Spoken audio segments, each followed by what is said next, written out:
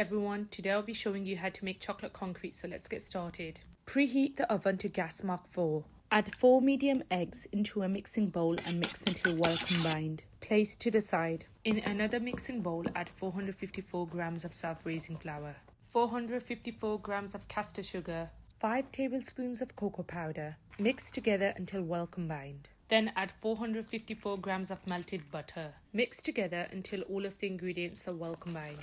The texture should be smooth.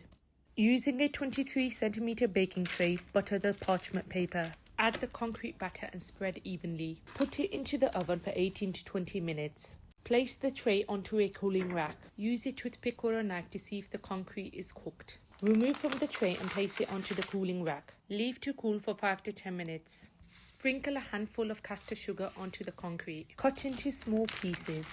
And voila, look at that. Add custard or a scoop of ice cream and enjoy.